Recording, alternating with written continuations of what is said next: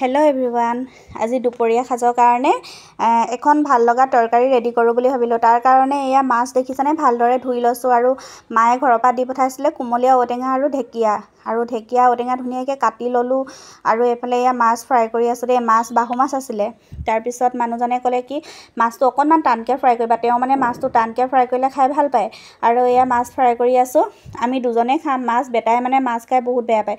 সি মাছ বনালে মানে ভাত খোৱা নহয়। সি কৈ আছে মা ৰঙালাও বনাবা, আজি ৰঙালাও বনাবা। বতৰটো ঠাণ্ডা আছিলে, ভাবিলোঁ অকণমান ৰঙালাও ভাজোঁ তাৰ কাৰণে। আৰু এইফালে এয়া ঔটেঙা আৰু ঢেকীয়া অকণমান ভাজি লৈছিলোঁ আৰু এয়া উতলা গৰম পানী দি দিলোঁ আৰু হৈয়ে গ'ল তৰকাৰীখন। ইয়াতে এতিয়া মাছ দি দিম।